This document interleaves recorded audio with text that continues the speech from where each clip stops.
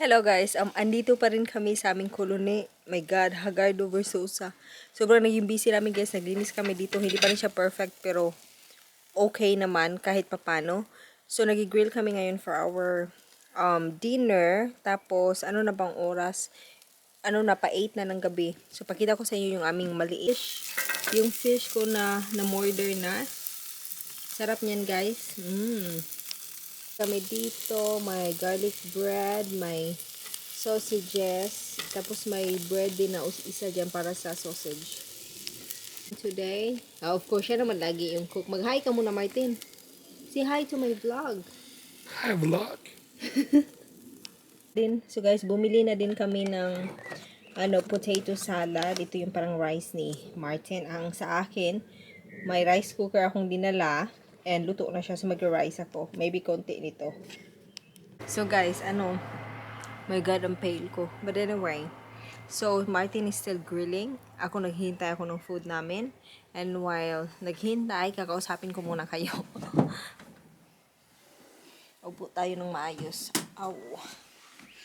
So guys, itong aming colony dito, malapit na talaga siyang matapos. I mean, na lang talaga, yung parang, yung kulang is, parang ifa-finalize pa yung water, ganyan, tapos yung electricity, yung dalawa na lang talaga. And then, by, I think in a week from now, darating yung in-order ni Martin na bagong bed, na dito para sa colony namin. And then the goal is, by August, na ngayon? July 30. So, in 2 days time, sana, dito kami titira for like we're gonna try to live here full time parang the whole August month, pero nandun pa rin yung aming apartment na nirerentahan namin. But then again, I don't think na magagawa namin kasi medyo hindi pa nga tapos ang dami pang lilinisin. But then let's see, pero sana talaga magawa namin kasi gusto din namin ma-try na tumira muna dito.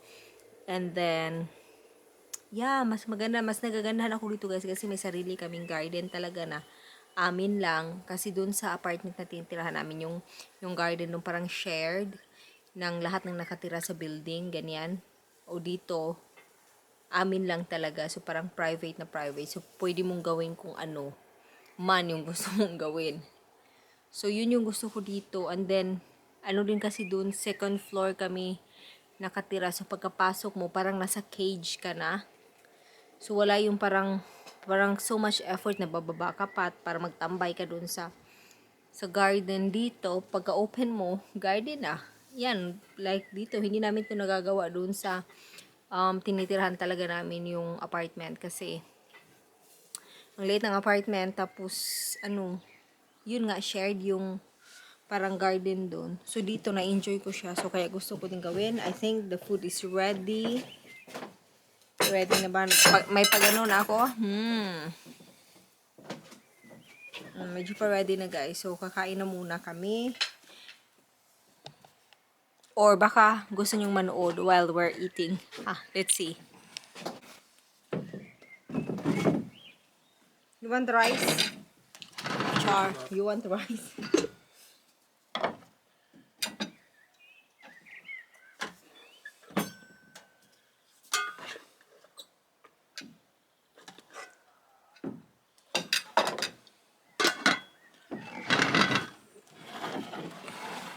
I remember it to be good actually, this one. Was this the one you were buying last year, I think? Oh, I don't know. That's different. The different shop, different. Same thing, right? It's a Danish thing.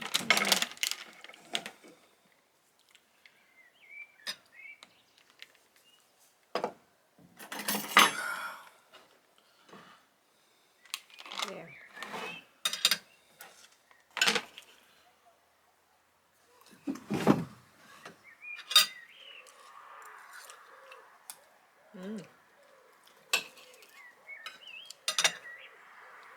Kain.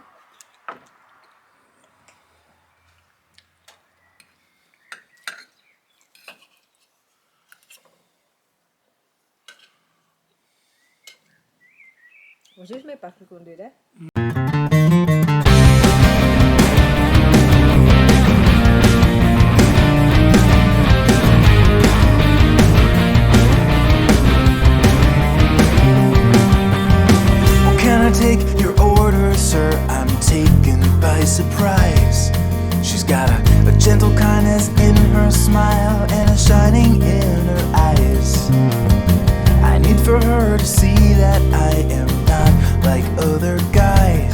I'll take a 6-piece McNugget and a small order of fries.